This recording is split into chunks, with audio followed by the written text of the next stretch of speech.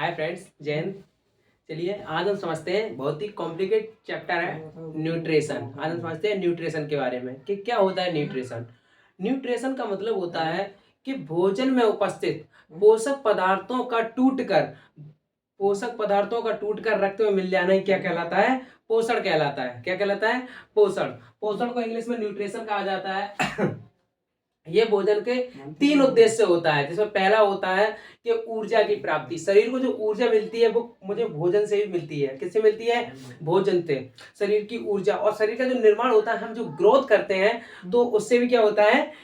पोषण से ही मिलता है। किससे मिलता है? पोषण से। और तीसरा होता है रोगों से रक्षा। हमारे जो शरीर में रोगों से रक्षा जो करने के लिए होता है वो भी किससे मिलता है? हमें भोजन से ही कहीं ना कहीं मिलता है। तो भोजन में मुख्य 7 अवयव पाए जाते हैं जो हमें शरीर में ऊर्जा देने का काम करते हैं। ये तीनों उद्देश्य करते हैं। जैसे जैसे कार्बोहाइड्रेट हुआ, ये हमें शरीर में ऊर्जा देता है। फैट हुआ, ये भी ऊर्जा देता है। प्रोटीन हुआ, ये ऊर्जा देता है। विटामिन हुआ, ये हमारे शरीर में रोगों से रक्षा करते हैं। तो ये सारी चीजें होती हैं। ठीक है। तो चलिए हम समझते हैं। देखो, हमारे शरीर में जो न्यूट्रिशन होता है वो 3 उद्देश्य होता है। कितने उद्देश्य? न्यूट्रिशन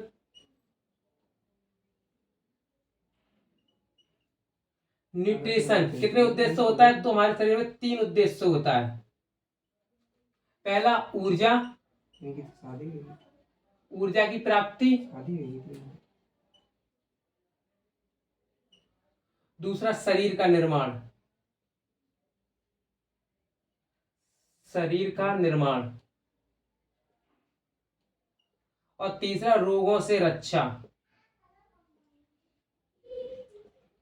रोगों से रक्षा। जैसे तो हमारे शरीर में ऊर्जा की प्राप्ति किससे होती है? कार्बोहाइड्रेट से होती है।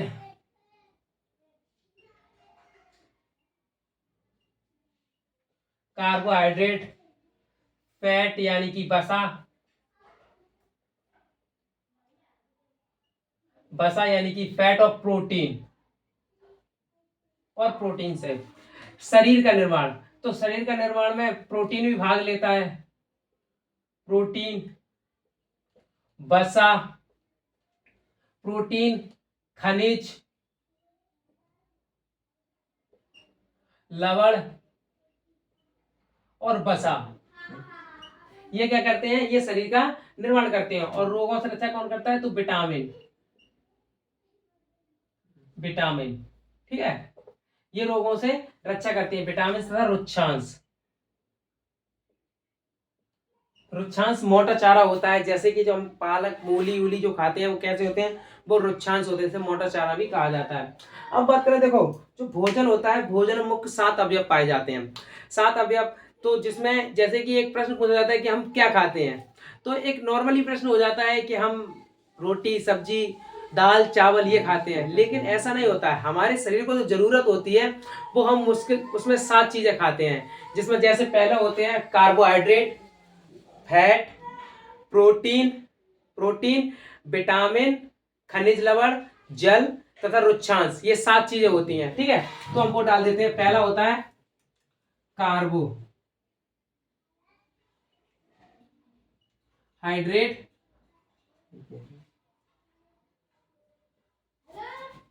दूसरा फैट, इसे ही वसा कहा जाता है हिंदी में। तीसरा प्रोटीन, इसे हिंदी में भी प्रोटीन ही कहा जाता है। विटामिन,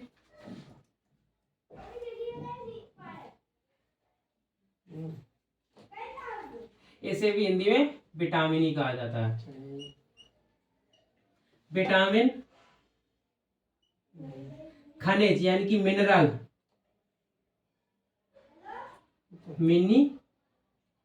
मिनरल यानी कि खनिज।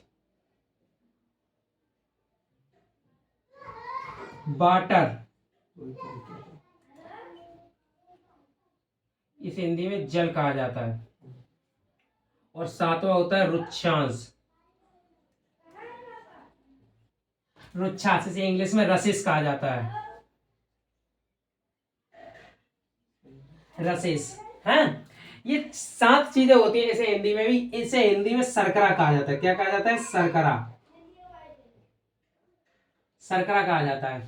देखो, हम जो भोजन करते हैं, भोजन में ये 7 ही चीजें होती हैं। जैसे हम गेहूं खाते हैं, उसमें क्या होता है? कार्बोहाइड्रेट होता है। दूध दही खाते हैं, उसमें फैट होता है, यानी कि वसा होता है। कोई चीज खाते हैं प्रोटीन वाली, जैसे कि जो सोयाबीन की दाल है, ये जितनी भी दालें होती हैं, मशरूम वगैरह है, सोयाबीन है, तो उसमें क्या होती है? उसमें प्रोटीन होती है, तो उससे हमें प्रोटीन मिल जाती है। विटामिन, जितनी भी सब्जियां होती हैं, जैसे कोई खट्टी सब्जी है, टमाटर है, सेब है, फल है, फल में भी कई फल में भी जैसे गाजर है, गाजर विटामिन ए का सबसे अच्छा स्रोत है। तो सब्जियों से हमें क्या मिल जाती है? विटामिन मिल जाती है। हालांकि चावल में भी विटामिन पाई जाती है, तो कुछ चीजों से हमें चावल में मिल जाती है। अब खनिज, यानी कि जो मिनरल होते हैं, जैसे जैसे नमक हुआ, खनिज है, और कैल्शियम हुआ, फास्फोरस हुआ, ये क्या होती हैं? खनिज है। तो ये चीज हमें खनिज से मिल जाती है। वाटर, यानी कि जल होता है, H2 होता है, तो हमें वाटर मिल जाता है। रुक्षांश, रुक्षांश यानी कि मोटा चारा होता है, जैसे जो मूली हुई, हरे पत्ता हुआ, पालक हुआ, कई चीजें होती हैं जो रुक्षांश में आती हैं, तो वो चीज होती है रुक्षांश। तो कहीं ना कहीं हम जो चीज खाते हैं, जैसे हम रसगुल्ला खा रहे हैं, वो भी किसमें आ जाए? कार्बोहाइड्रेट पाया जाए, क्योंकि उसमें ग्लूकोज पाया जाता है। चीनी खाते हैं, कार्बोहाइड्रेट में आ जाएगा। तो हम जितनी भी चीजें खाते हैं, जितनी भी, उन वो इन्हीं में से, सातों में से कोई ना कोई चीज उनमें होती है। तो ये चीज हमें खानी जरूरत है, हम खाते इसे हैं, ठीक है। देख, नॉर्मल भाषा में हो जाता है कि हम खाते ये हैं, लेकिन हमें मुख्य रूप से हमारे शरीर को इन 7 चीजों की ही जरूरत होती है। तो चलिए हम इनके बारे में एक एक करके समझते हैं, ठीक है। तो आम समझते हैं। देखो, सबसे पहले कार्बोहाइड्रेट के बारे में। कार्बोहाइड्रेट को हिंदी में शर्करा कहा जाता है। क्या कहा जाता है? शर्करा। ये कई प्रकार होते हैं इसके, कार्बोहाइड्रेट के कई प्रकार होते हैं। जैसे ये शरीर के निर्माण में, चल नहीं रहा, सही है।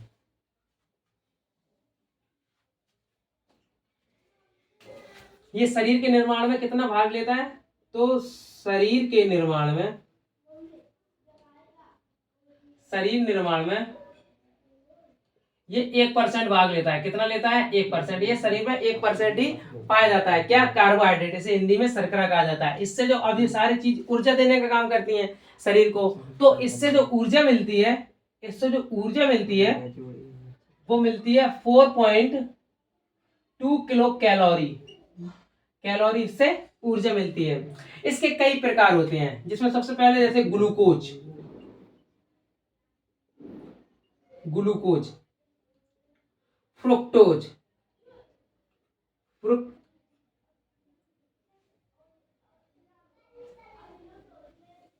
फ्रुक्टोज, सुक्रोज,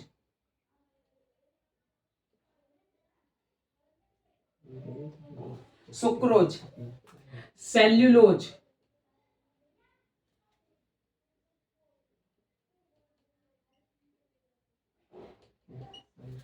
स्टार्च,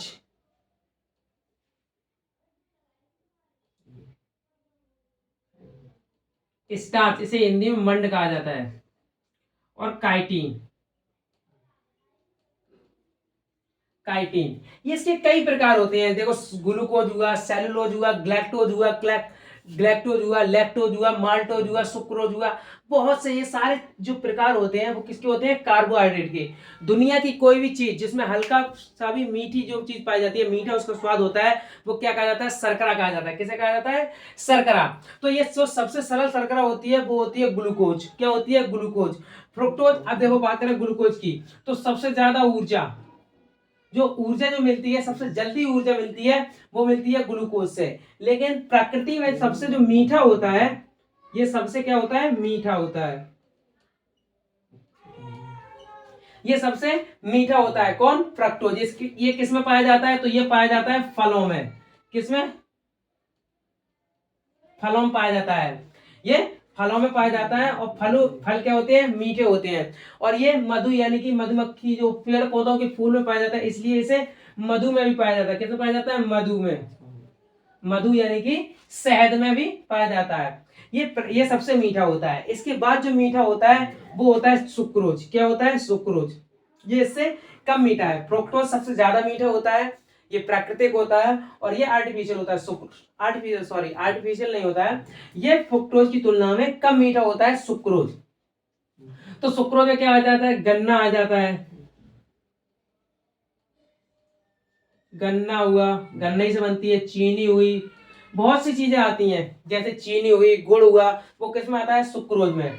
सेलुलोज, ये सेलुलोज क्या होता है, ये बहुत ही टफ होता है। कैसा होता है, ये टफ होता है, इसे पचाना थोड़ा मुश्किल होता है, इसे इंसान नहीं पचा सकते, इसे जानवर पचा लेते हैं, क्योंकि जो जानवर जो होते हैं उनके अंदर वो बैक्टीरिया बन रहा होता है कि जो सेलुलोज को पचा लेता है, और हम लोग सेलुलोज को नहीं पचा पाते हैं। इससे कई चीजें बनी होती हैं। अब जो पेड़ पौधों में पाया जाता है, पेड़ पौधों की छाल में पाया जाता है, तो इसको क्या होता है, इसको पचाने के लिए टिपिकल होता है, इसे टाइम लगता है पटाने के लिए, इसीलिए इससे बनने वाली कई चीजें होती हैं, जैसे इससे पेड़ पौधों से बनते हैं, पेड़ पौधों से कई चीजें बनती हैं, कागज बनता है, सेलुलोज से ही कपड़ा बनता है, और सेलुलोज से ही क्या बोला जाता है कापी किताब के कागज बनते हैं, नोट बनते हैं, ये सारी चीजें किसकी बनी होती हैं, सेलुलोज की बनी होती हैं। इसीलिए देखा हो जो जानवर होते हैं वो उस कपड़े को खा लेते हैं, क्योंकि कपड़ा सेलुलोज का बना होता है, किसका, सेलुलोज का बना होता है, इसलिए कई जानवर कपड़े को भी खा लेते हैं, तो वो कपड़ा पचा लेंगे, लेकिन हम लोग जो इंसान होते हैं वो सेलुलोज को नहीं पचा सकते। अब बात करें कौन सा जानवर सेलुलोज को नहीं पचा पाता है, तो जो सुअर होता है वो सुअर सेलुलोज को नहीं पचा पाता है, वो जानवर होकर भी सेलुलोज को नहीं पचा पाता है। तो ये किसमें पाया जाता है, ये पेड़ पौधों में पाया जाता है, पेड़ पौधों में। इसका बनता क्या है, तो इसका कागज बनता है, कागज, नोट, जो मुद्रा होती है, इसका एक कपड़ा बनता है सेलुलोज का, इसका कपड़ा बनता है। अब बात करें स्टार्च यानी कि मंड की, स्टार्च, स्टार्च जो होते हैं, स्टार्च को हम लोग पचा सकते हैं, जो हम मानव जो होते हैं वो स्टार्च को पचा पचा सकते हैं, इसे ही चोकर कहा जाता है, इसे क्या कहा जाता है, चोकर, चोकर कहा जाता है। जो गेहूं के ऊपर जो लाल परत होती है वो किसकी होती है, स्टार्च की बनी होती है, किसकी, स्टार्च की। स्टार्च कई चीजों में पाए जाते हैं, आलू में भी स्टार्च पाया जाता है, इवन की जो दवाइयों का जो कैप्सूल होता है उसमें भी स्टार्च पाया जाता है। स्टार्च जो होता है वो जल में घुलनशील होता है, और इसे हम लोग पचा सकते हैं स्टार्च को। स्टार्च इसे हिंदी में मंड कहा जाता है, ये चोखर में भी पाया जाता है, आलू में भी पाया जाता है, जितने भी जो दालें आला वगैरह होती है इनमें भी स्टार्च पाया जाता है ऊपर की ओर, तो इसको हम लोग पचा सकते हैं। तो ये किसमें पाया जाता है, ये कैप्सूल, इसका कैप्सूल ही बना होता है, कैप्सूल जो दवाई वाला कैप्सूल होता है किसका बना होता है, स्टार्च का बना होता है। जो चने के ऊपर जो लेयर होती है, जो चना होता है देसी वाला, उसके ऊपर भी स्टार्च होता है। तो स्टार्च कई चीजों में होता है, तो किसमें पाया जाता है चना में भी पाया जाता है। चना की जो ऊपरी लेयर होती है वो स्टार्च की बनी होती है, चना हुआ, कैप्सूल और निरी चीजें होती हैं, आलू में भी स्टार्च पाया जाता है।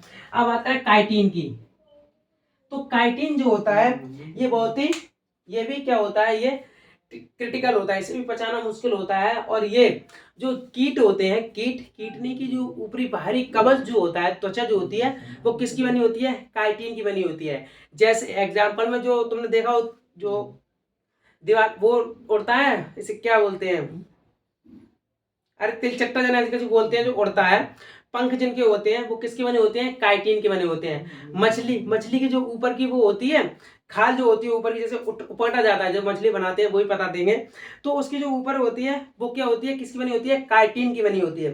तो काइटिन को हम लोग नहीं पचा सकते, लेकिन जो जानवर होते हैं वो काइटिन को पचा लेते हैं। तो कीटों की बाहरी परत या फिर त्वचा, कीटों की बाहरी त्वचा, त्वचा किसकी बनी होती है, काइटिन की बनी होती है। जिसमें एग्जांपल लिख देते हैं, मछली की जो होती है, मछली की है, और जो कीट होते हैं, अरे उसका नाम याद नहीं आ रहा है, जो उड़ने वाला होता है, कुछ इस तरीके से बना होता है, ऐसे उसके पंख नहीं होते हैं, ऐसे पंख होते हैं उसके, कीड़े के। तो उसके जो पंख होते हैं वो किसके बने होते हैं, काइटिन के बने होते हैं। तो वो नाम नहीं याद आ रहा है मुझे उसका, तो वो भी किसके बने होते हैं, काइटिन के बने होते हैं। इसे हम लोग नहीं पचा सकते, इसे जानवर पचा लेते हैं, ठीक है। तो ये हो गए, ये तो हमने ये बताया है कि ग्लूकोज, ये ग्लूकोज क्या होता है, ये तुरंत ऊर्जा की प्राप्ति, ये सबसे सरल होता है, सबसे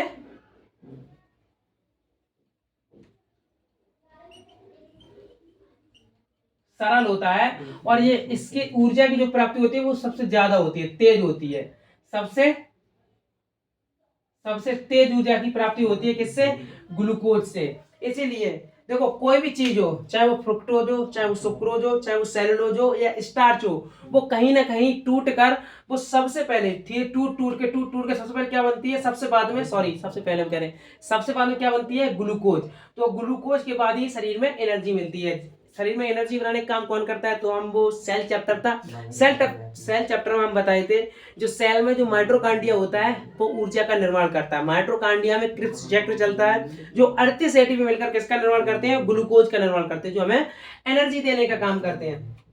तो ये सारी चीजें टूट टूट के क्या बनती हैं? ग्लूकोज बनती हैं, और ग्लूकोज से ही हमें ऊर्जा की प्राप्ति होती है। जैसे कोई बीमार पड़ गया और उसमें ऊर्जा की कमी है, तो डॉक्टर के पास जाएगा। अब उसे ये सारी चीजें देंगे, फ्रुक्टोज देंगे, फल देंगे, खाएगा, चबाएगा, फिर वो फ्रुक्टोज टूटेगा ग्लूकोज में, तब ग्लूकोज से ऊर्जा मिलेगी। इसलिए डॉक्टर डायरेक्ट ही ग्लूकोज चढ़ा देते हैं, जिससे इसके शरीर को ऊर्जा मिल जाए। क्या मिल जाए? ऊर्जा मिल जाए। और जो सुक्रोज भी होता है, ये भी गन्ना चुकंदर में पाया जाता है। हम इसे भी खाएंगे, हम मीठी चीज खाएंगे कोई भी, तो हमें उस सुक्रोज के रूप में खाएंगे, लेकिन वो टूट के क्या बनेगी? ग्लूकोज ही बनेगी, और हमें ऊर्जा मिलेगी। ठीक है। अब इसके कई प्रकार होते हैं। जो शर्करा होती है इसके कई प्रकार होते हैं, जिसमें मुख्य 3 प्रकार होते हैं: मोनोसैकेराइड, डाइसैकेराइड और पॉलीसैकेराइड। मोनो का मतलब होता है एक, जिसमें एक अणु भाग लेते हैं, जैसे ग्लूकोज हुआ, फ्रुक्टोज हुआ, गैलेक्टोज हुआ, राइबोज हुआ, इसमें एक ही अणु होते हैं, ये आसानी से पच जाते हैं। और डाइसैकेराइड का मतलब होता है जिसमें 2 अणु भाग लेते हैं, ये मोनोसैकेराइड की तुलना में थोड़ा टफ यानी कि क्रिटिकल होता है, जिसे पचाने में थोड़ी टाइम लगता है। तो चलिए हम उसके बारे में समझते हैं, तब तक इससे आगे समझते हैं, तब तक इसका एक स्क्रीनशॉट ले लीजिए। चलिए हम समझते हैं कार्बोहाइड्रेट के प्रकार, ये कितने प्रकार होते हैं। ठीक है। तो कार्बोहाइड्रेट के मुख्य 3 प्रकार होते हैं। अब बताए थे, इसको हिंदी में क्या कहा जाता है? तो शर्करा कहा जाता है। क्या कहा जाता है? शर्करा। ये क्या करती है? इसका जो शरीर में निर्माण योगदान होता है वो कितना होता है? 1% होता है। और इससे जो ऊर्जा मिलती है वो कितनी मिलती है? 4.2 किलो कैलोरी। कितनी मिलती है? 4.2 किलो कैलोरी। ठीक है। अब इसके 3 प्रकार होते हैं, जिसमें पहला होता है, यहाँ पे ए नंबर डाल देते हैं, पहला होता है मोनो सैकेराइड, और दूसरा होता है, जिसे बी नंबर डाल देते हैं, डाई सैकेराइड। तीसरा जो होता है, इसे सी नंबर डाल देते हैं, पॉली सैकेराइड। पॉलीसैकेराइड। मोनोसैकेराइड। ये मोनोसैकेराइड क्या होते हैं? इसमें कार्बोहाइड्रेट के यानी कि कार्बोहाइड्रेट की जो शर्करा होती है ये बहुत ही सरल रूप होता है। इसमें जो होता है एक अणु भाग लेता है, और इन्हें पचाना भी मुश्किल होता है। क्या नहीं, सॉरी, सरल होता है। कैसा होता है? सरल होता है। तो इसमें क्या होता है? इसमें ऊर्जा का वो कार्बोहाइड्रेट का एक ही अणु भाग लेता है, और ये कैसा होता है? ये बिल्कुल सबसे सरल होता है, सबसे सरल होता है, सरल होता है। इसके जो उदाहरण है, जैसे ग्लूकोज हुआ,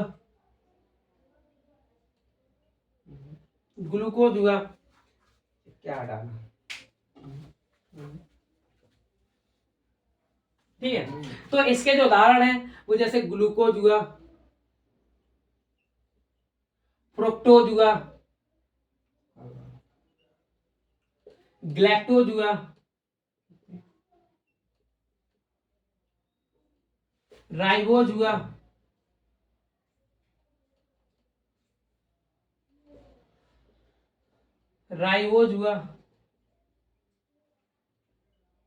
राइबोज। ये कैसे होते हैं? ये बहुत ही सरल होते हैं। जिसमें सबसे ज्यादा होता है ग्लूकोज। ग्लूकोज से क्या होता है, ये सबसे सरल होते हैं, ग्लूकोज हुआ, फ्रक्टोज हुआ, गैलेक्टोज हुआ और राइबोज हुआ, ये सबसे स्पेशल होता है। ये मुख्य रूप से डीएनए आरएनए में पाया जाता है। किसमें पाया जाता है, डीएनए आरएनए में। जब हम उसे पढ़ा रहे थे न्यूक्लियस चैप्टर, जो न्यूक्लियस पढ़ा रहे थे, पहला चैप्टर था सेल, तो उसमें हम बताए थे डीएनए और आरएनए। डीएनए की फुल फॉर्म होती है डाईऑक्सी राइबोज न्यूक्लिक एसिड। तो राइबोज जो होता है वो क्या होता है, वो यही वाला होता है, इसमें ये डीएनए आरएनए में पाया जाता है। ठीक है, अब दूसरा समझते हैं मोनोसैकेराइड। मोनोसैकेराइड तो हमने समझ लिया, ये सबसे सरल होता है तथा इसे पचाने में भी आसानी होती है। और ये क्या होता है इसमें कार्बोहाइड्रेट के, यानी कि कार्बोहाइड्रेट जो शर्करा होती है उसमें एक ही अणु भाग लेते हैं और ये सिंगल सिंगल होते हैं। अब इसका समझो, ये डाई का मतलब होता है दो, इंग्लिश में वो उसमें केमिस्ट्री भाषा में मोनो का मतलब होता है एक, डाई का मतलब होता है दो, और जब दो से ज्यादा होता है तो उसे पॉली कहा जाता है। हालांकि तीन को ट्राई कहा जाता है, अब इसमें दो से ज्यादा होते हैं, कितने भी हो सकते हैं, तो दो से ज्यादा जब हो जाता है तो उसे पॉली भी कहा जाता है। अब फिक्स हो तीन तो ट्राई बोल सकते हैं। आप समझते हैं डाइसैकेराइड, तो इसमें क्या होते हैं, इसमें डाइसैकेराइड में इसमें कार्बोहाइड्रेट के दो अणु भाग लेते हैं। कितने लेते हैं, दो अणु भाग लेते हैं। जब एक भाग ले रहे थे तो पचाना सरल हो रहा था, अब दो भाग लेते हैं तो थोड़ा पचाना मुश्किल होगा ना। तो इसे ही वो डाइसैकेराइड मोनोसैकेराइड की तुलना में थोड़ा कैसा होता है, जटिल होता है। कैसा होता है, जटिल। इसका जो उदाहरण होता है, अब जैसे ग्लूकोज को गैलेक्टोज से जब मिला देंगे, सॉरी फ्रुक्टोज से, इसमें कितने हो गए, ग्लूकोज को फ्रुक्टोज से मिला देंगे तो ये बन जाएगा क्या, सुक्रोज। और ग्लूकोज को गैलेक्टोज से मिला देंगे, बन जाएगा लैक्टोज। और ग्लूकोज को ग्लूकोज से मिला देंगे तो बन जाएगा क्या, माल्टोज।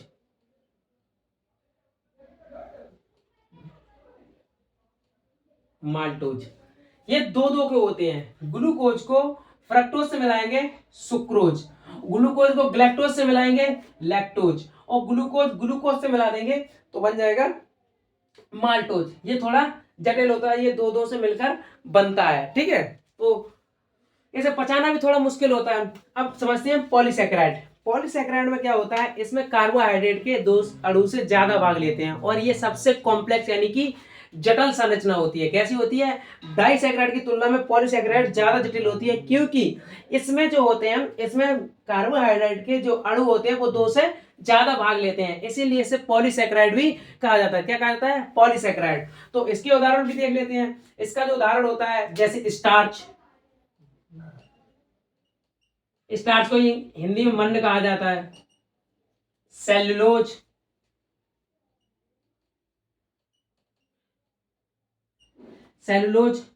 और काइटिन। ये किसके उदाहरण होते हैं, तो ये होते हैं पॉलीसैकेराइड के। किसके होते हैं, पॉलीसैकेराइड के। और ये बहुत ही कॉम्प्लेक्स होते हैं, इसे पचाना बहुत ही मुश्किल होता है। लेकिन जो स्टार्च जो होता है, स्टार्च को हम लोग पचा लेते हैं। कैसा, हम लोग पचा लेते हैं, इसीलिए इसे अल्फा ग्लूकोज भी कहा जाता है। क्या कहा जाता है, अल्फा ग्लूकोज, क्योंकि हम इसे पचा लेते हैं। तो स्टार्च को क्या कहा जाता है, अल्फा ग्लूकोज, क्योंकि इसे इंसान पचा लेते हैं, ग्लूकोज। और सेलुलोज को हम नहीं पचा पाते हैं, इसीलिए इसे बीटा ग्लूकोज कहा जाता है। क्या कहा जाता है, बीटा ग्लूकोज।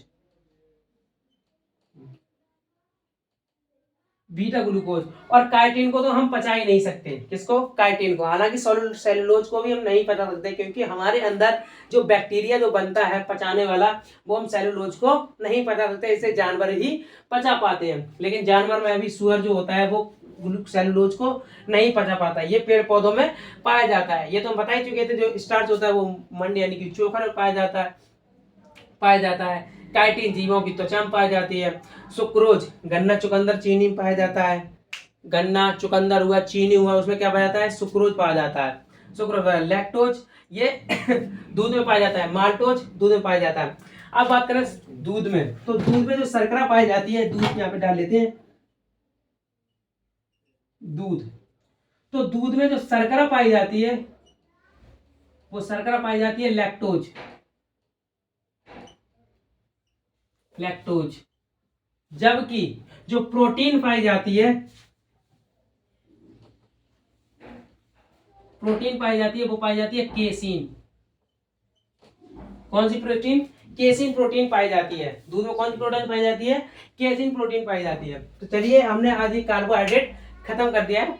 ठीक है, यहाँ तक किसी कोई दिक्कत? इसके 3 प्रकार होते हैं, मोनोसैकेराइड, डाइसैकेराइड और पॉलीसैकेराइड। इसमें सबसे सरल जो होता है वो होता है मोनोसैकेराइड। ये सबसे सरल होता है, इसीलिए इसे पचाना आसान भी होता है। ठीक है, हम नेक्स्ट समझते हैं फैट यानी कि चर्बी के बारे में। ठीक है, तब तक इसका एक स्क्रीनशॉट ले लीजिए। आप समझते हैं हम चर्बी के बारे में। यहाँ तक किसी कोई दिक्कत? यहाँ तक चलिए हमने कार्बोहाइड्रेट के बारे में समझ लिया था। अब हम समझते हैं दूसरा पॉइंट है फैट। फैट के बारे में, तो फैट को हिंदी में वसा कहा जाता है। क्या कहा जाता है? वसा। और इसे ही उर्दू में क्या कहा जाता है? चर्बी। उर्दू भाषा में क्या कहा जाता है? इसे चर्बी कहा जाता है। इसका जो फैट जो होता है, इसका शरीर में जो परसेंटेज ये शरीर में पाया जाता है, शरीर में, तो शरीर में कितना परसेंट पाया जाता है? ये शरीर में 15% पाया जाता है। कितना? 15%। और ये भी ऊर्जा देने का काम करता है। तो इससे जो ऊर्जा मिलती है, इससे जो ऊर्जा मिलती है वो 9.2 किलो कैलोरी। कितनी? 9.2 किलो कैलोरी। ये सबसे ज्यादा ऊर्जा देने का काम करता है फैट। ये बहुत ही हल्का होता है। कैसा होता है? बहुत ही हल्का होता है। और इसकी शरीर में 15% पाया जाता है। और ये हम देखो, जो फैट जो होता है, फैट ये हमें बहुत ही रक्षा प्रदान भी करता है। जैसे हमारे शरीर में जो फैट की मात्रा ज्यादा होती है तो हमें चोट भी कम लगती है। क्या लगती है? चोट भी कम लगती है। इसीलिए महिलाओं में पुरुषों की तुलना में फैट जो होता है वो अधिक पाया जाता है। क्या पाया जाता है? अधिक पाया जाता है। इसलिए देखना, महिला मतलब देखने में मोटी ताजी बहुत होंगी, लेकिन उनमें वजन नहीं होता है। पुरुषों की तुलना में महिलाओं में वजन कम होता है, लेकिन एरिया में देखोगे तो ज्यादा बड़ी दिखने को मिलेंगी। तो फैट जो होता है ये क्या करता है? देखो फैट ये क्या, देखो सॉरी, ये देखो कार्बोहाइड्रेट जो होता है, कार्बोहाइड्रेट में भी क्या पाया जाता है? कार्बन पाया जाता है। ये कार्बोहाइड्रेट भी कार्बनिक होता है, जबकि जो फैट होता है वो भी कार्बोहाइड्रेट ही होता है। जब हम कार्बोहाइड्रेट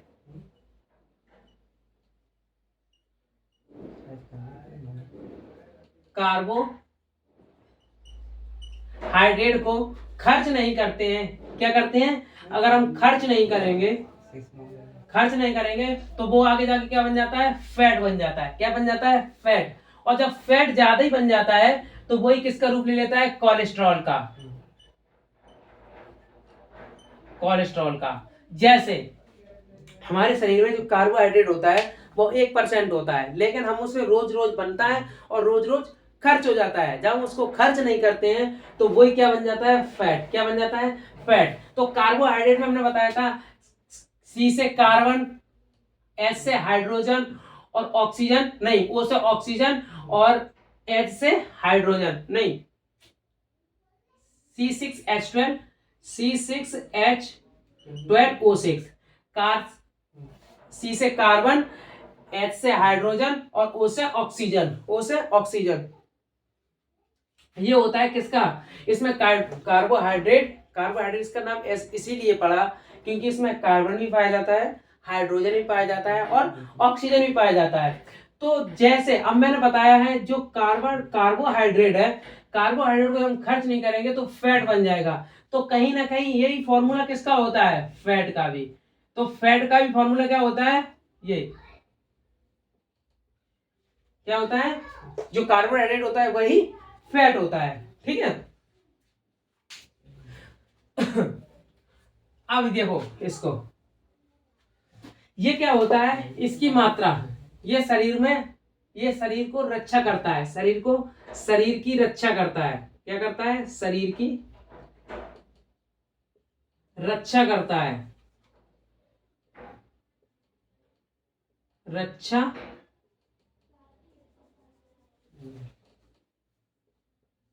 करता है। क्या? चोट लगने से बचाता है। चोट लगने से बचाता है, ठंड लगने से बचाता है। ठंड जो लगती है, ठंड लगने से बचाता है। ठंड लगने से भी बढ़ जाता है, क्या बढ़ जाता है, फैट बढ़ जाता है। इसीलिए देखा हो, जब बुढ़ापे में जो इंसान के शरीर में झुर्रियां पड़ जाती हैं, उसमें क्या होता है, तो बुढ़ापे में फैट इतना नहीं बनता है शरीर में, क्या बनता है, फैट नहीं बनता है, जिस कारण जो ऊपर की त्वचा होती है, त्वचा हमने बताया था स्क्रीन में त्वचा की 3 लेयर होती हैं, एपिडर्मिस, डर्मिस और उसके नीचे होता है फैट, क्या होता है, फैट। तो बुढ़ापे में क्या होता है, फैट खत्म हो जाता है, जिस कारण त्वचा में क्या पड़ जाती हैं, झुर्रियां पड़ जाती हैं, क्या पड़ जाती हैं, झुर्रियां। तो त्वचा कहीं ना कहीं ये जो फैट जो होता है वो त्वचा को उठाए रखता है। तो जैसे कि आप तुम्हारे अंदर शरीर में जब फैट होगा ना, तो कोई एक मुक्का भी मारेगा तो फैट सह जाएगा और नहीं लगेगी, तुम्हारे आंतरिक अंगों को नहीं लगेगी। लेकिन फैट ही नहीं रहेगा, आप सूखा सागा हो, उसके एक हड्डी मार दो, हड्डी टूट जाएगी। तो ये चीज होता है, जो फैट जो होता है ये कहीं ना कहीं रक्षा करने का भी काम करता है। इसलिए देखा हो, महिलाओं में फैट ज्यादा पाया जाता है, तो पुरुषों की तुलना में महिलाओं को ठंड भी कम लगती है, क्या लगती है, ठंड भी कम लगती है, ठीक है। अब जो फैट होता है, कुछ जो विटामिन होती हैं वो जल में घुलनशील होती हैं, और कुछ विटामिन जो होती हैं वो फैट में घुलनशील होती हैं। तो विटामिन बाट WBC, इसकी शॉर्टकट ट्रिक होती है WBC। W से होता है जल, जल में जो घुलनशील होती हैं विटामिन,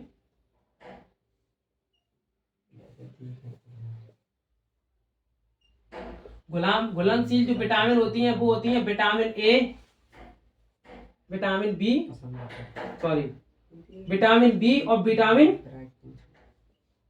सी। ये क्या होती हैं, ये जल में घुलनशील होती हैं। बाकी जो विटामिन होती हैं,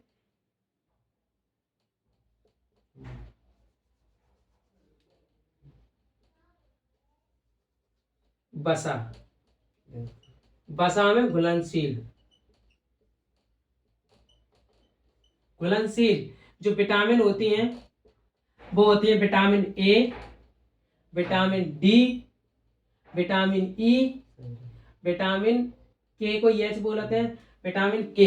ये विटामिन क्या होती हैं, ये विटामिन क्या होती हैं, बसा में घुलनशील होती हैं। किसमें, बसा में घुलनशील। यही रीजन होता है, जैसे तुमने देखा कोई इंसान सूखा है तो वो कितना भी खाए नहीं मुटाता है, कितना भी अच्छा खाए नहीं मुटाता है, क्यों, क्योंकि उसके अंदर जो प्रोटीन बन रही है, मतलब कुछ प्रोटीन, जैसे कि मान लो अब उसके अंदर जल की मात्रा, फैट जब है ही नहीं, तो इतनी प्रोटीन खाएगा तो उसका कोई मतलब नहीं है। विटामिन ए खाएगा, ये बसा में घुलती है, जब तक बसा ही नहीं है तो घुलेगी नहीं, काम पूरा नहीं करेगी। विटामिन डी बसा में घुलनशील है, बसा ही नहीं है शरीर में, सूखा सागा, सूखा सागा है, सुकंडी, सुकंडी जैसे बोलते हैं। तो क्या होता है उसमें, जब विटामिन, जो विटामिन बसा में घुलनशील होती हैं, और अगर हमारे शरीर में बसा की कमी है तो वो विटामिन खाने से कोई फायदा नहीं होता, क्योंकि वो बसा में घुल ही नहीं पाएंगे।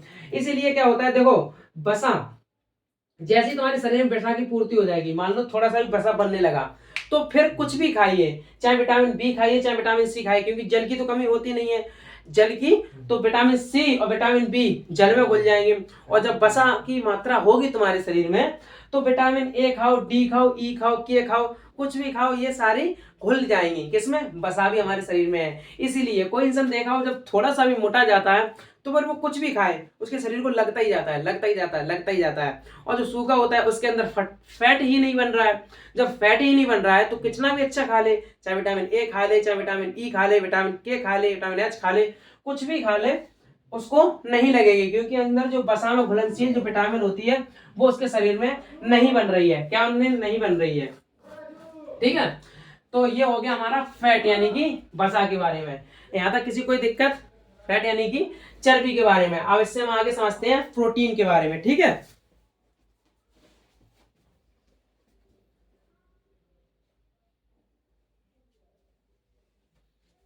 चलिए अब हम समझते हैं प्रोटीन के बारे में। तो तीसरी हेडिंग डालते हैं प्रोटीन।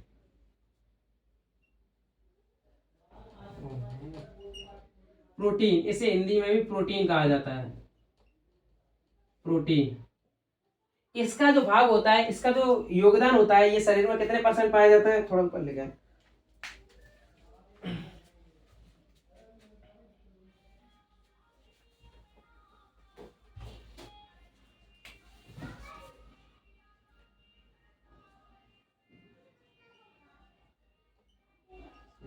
प्रोटीन इसका जो शरीर में जो भाग पाया जाता है शरीर में, ये कितना पाया जाता है, तो ये भी 15% पाया जाता है। कितना पाया जाता है, 15%। प्रोटीन जो होता है, देखो सबसे पहले जो ऊर्जा खर्च होती है वो होती है कार्बोहाइड्रेट से। जब कार्बोहाइड्रेट पूर्ण रूप से खर्च हो जाता है, फिर खर्च होना शुरू होता है फैट। क्या होता है, फैट। और जब फैट भी मतलब कि खर्च हो जाता है, जब फैट भी नहीं बन रहा है, मान लो खाना पीना ही नहीं मिल रहा है, फिर हमारे शरीर को ऊर्जा देने का काम करता है प्रोटीन। क्या करता है, प्रोटीन। ये प्रोटीन जो होता है, इससे हमें जो ऊर्जा मिलती है, 1 ग्राम देखो यहां पे डाल देते हैं, 1 ग्राम किससे, फैट से जो ऊर्जा मिलती है वो मिलती है 9.2 किलो कैलोरी। कितनी मिलती है, 2 किलो कैलोरी। जबकि इससे जो ऊर्जा मिलती है, कितनी मिलती है, ऊर्जा मिलती है 1 ग्राम किसमें, प्रोटीन में। 1 ग्राम प्रोटीन से 4.3 किलो कैलोरी मिलती है, किलो कैलोरी। ये हमें प्रोटीन से ऊर्जा मिलती है। कैसे मिलती है, प्रोटीन से। प्रोटीन भी हमारे शरीर को बहुत ही जरूरी होती है, ये लास्ट कगार पे होती है। जैसे हमें खाना भी नहीं मिल रहा है और कार्बोहाइड्रेट जब खा ही नहीं रहे तो कार्बोहाइड्रेट तो मिलेगा ही नहीं। तो जब कार्बोहाइड्रेट जैसे हमें खाना नहीं मिल रहा, मान लो हम कहीं फंस गए और हम भूखे हैं 2 दिन से, तो जब हमें कार्बोहाइड्रेट नहीं मिल रहा है तो कार्बोहाइड्रेट तो ऑलरेडी नहीं है, अब हमारे शरीर में जो फैट होगा वो हमें ऊर्जा देने का काम कर रहा होगा। क्या कर रहा होगा, ऊर्जा देने का काम कर रहा होगा। और धीरे धीरे जब फैट भी कम हो जाएगा, फिर हमें शरीर से ऊर्जा प्रोटीन के थ्रू मिलेगी। किससे, प्रोटीन से। तो ये प्रोटीन जो होती है बिल्कुल लास्ट कगार पे, इसमें जो हमारे शरीर के अंग मतलब कि सड़ने गलने लगते हैं प्रोटीन से, तो लास्ट में किससे ऊर्जा मिलती है, प्रोटीन से मिलती है। अब एक बात करें, प्रोटीन का जो सबसे अच्छा स्रोत होता है वो होता है, प्रोटीन के स्रोत है, आप बता देते हैं, प्रोटीन जो स्रोत होते हैं वो होते हैं सोयाबीन। सोयाबीन में सबसे ज्यादा प्रोटीन पाए जाते हैं। उसके बाद होता है मशरूम। मशरूम इसमें सबसे ज्यादा पाया जाता है, यहाँ पे 3 लेयर दिखा देते हैं, इसकी तुलना में इसमें थोड़ा कम पाया जाता है। ठीक है। और दाल जितनी भी होती हैं इनमें भी प्रोटीन अच्छा पाया जाता है। अब बात करते हैं प्रोटीन की, तो जो प्रोटीन जो होता है वो 20 प्रकार के अलग अलग एमिनो एसिड से मिलकर बनी होती है प्रोटीन। किससे, 20 प्रकार के। एक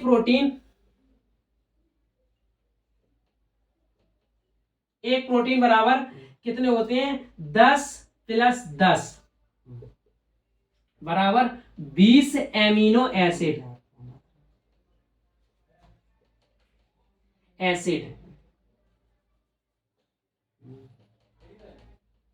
एसिड से मिलकर बनी होती है प्रोटीन, जिसमें से जो 10 होते हैं वो हमारे शरीर बना लेता है। 10 हमारे शरीर बना लेता है, जिन्हें कहा जाता है आवश्यक। क्या कहा जाता है, आवश्यक। शरीर निर्माण कर लेता है, शरीर में निर्माण, इन्हें कहा जाता है आवश्यक। और जो 10 हमें भोजन से प्राप्त होते हैं, नहीं सॉरी, ये यहां पे लिख दो, जो हम भोजन से प्राप्त करते हैं,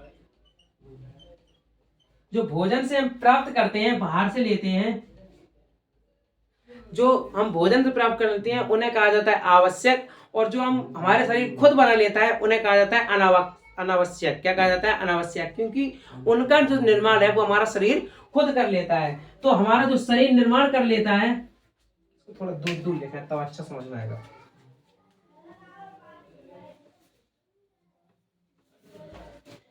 ठीक है। तो जो हमारे शरीर भोजन से हम प्राप्त करते हैं, किससे, भोजन से।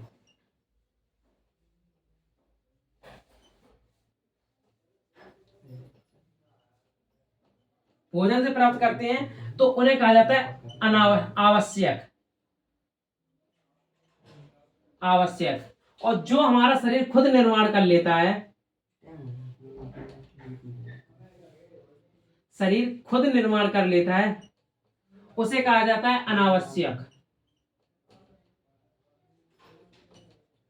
उन्हें अनावश्यक कहा जाता है। जैसे हमारे शरीर में जो प्रोटीन का निर्माण करते हैं, शुरुआत में जो बताया था, जो लेट होता है एमाइलेज ट्रिप्सिन, तो वो क्या करता है, प्रोटीन के भाग पेप्टोन को बदलता है, फिर पेप्टोन से पेप्टाइड में बदलता है, पेप्टाइड से एनर्जी में बदल देता है। तो हमारे शरीर में भी प्रोटीन का निर्माण होता है, जिसमें से 10 एसिड होते हैं, उन्हें हमारा शरीर ही निर्माण कर लेता है, और बाकी जो 10 होते हैं वो हमें भोजन से लेने होते हैं। और इन 10 को टोटल को मिला के 20 कहा जाता है। 20 एमिनो एसिड से मिलकर बनता है हमारा प्रोटीन। क्या बनता है, एक प्रोटीन बनके तैयार होता है। प्रोटीन का जो सबसे अच्छा स्रोत होता है, तो सोयाबीन में सबसे ज्यादा प्रोटीन पाई जाती है। जो सोयाबीन का बीज होता है उसमें सबसे अच्छा प्रोटीन होता है। प्रोटीन के लिए सोयाबीन के बीज खाना चाहिए। मशरूम जो होता है, मशरूम में भी अच्छा प्रोटीन होता है, तो मशरूम भी खाना चाहिए प्रोटीन के लिए। दाल होते हैं, दाल में भी प्रोटीन होता है। तो प्रोटीन के ये अच्छे स्रोत होते हैं, ये शरीर के निर्माण में 15% भाग लेते हैं। कितने, 15%। और बात करें प्रोटीन से जो हमें ऊर्जा की प्राप्ति होती है, ये सारी चीजें कहीं ना कहीं शरीर को ऊर्जा देती हैं। कई शरीर को ऊर्जा देती हैं तो कई शरीर का निर्माण करती हैं। तो ये शरीर के निर्माण में कितना परसेंट भाग लगाता है, तो 15% भाग लगाता है। किसका, 15% भाग लगाता है, किसका, प्रोटीन शरीर के निर्माण में। इससे जो ऊर्जा मिलती है वो 4.3 किलो कैलोरी। कितनी मिलती है, 4.3 किलो कैलोरी। लेकिन जो हमारा जो शरीर होता है, शरीर को एक दिन सर्वाइव करने के लिए, यानी कि अच्छे से जीने के लिए हमें 2500 किलो कैलोरी की आवश्यकता होती है। किसकी, 25 किलो कैलोरी की। अब जो चना जो होते हैं, चना में काफी ऊर्जा पाई जाती है। यह सोयाबीन का बीज होता है, इसमें प्रोटीन अच्छा पाया जाता है। चना में कार्बोहाइड्रेट पाया जाता है, गुड़ में सुक्रोज पाया जाता है। इसलिए देखना हो सवेरे सवेरे जो एनर्जी ज्यादा जब चाहिए होती है, तो चना, सोयाबीन का बीज और सुक्रोज, सुक्रोज का मतलब जो गुड़ होता है, गुड़ से हमें सुक्रोज मिल जाता है। तो ये तीनों चीजें हमें क्या करती हैं, हमें कुल चीजों की प्राप्ति कर देती हैं। कार्बोहाइड्रेट की कर देती हैं, प्रोटीन की भी कर देती हैं, और साथ ही से सुक्रोज की भी कर देती हैं। तो ये हो गया प्रोटीन। ठीक है, तो प्रोटीन में किसी कोई दिक्कत, हम समझते हैं विटामिन के बारे में। ठीक है, वीडियो थोड़ा लंबा हो रहा है, इसको नेक्स्ट वीडियो में बनाएंगे हम। विटामिन के बारे में बता देंगे, प्रोटीन के बारे में हमने अच्छे से समझ लिया, फैट के बारे में अच्छे से समझ लिया, और कार्बोहाइड्रेट के बारे में अच्छे से समझ लिया। ठीक है,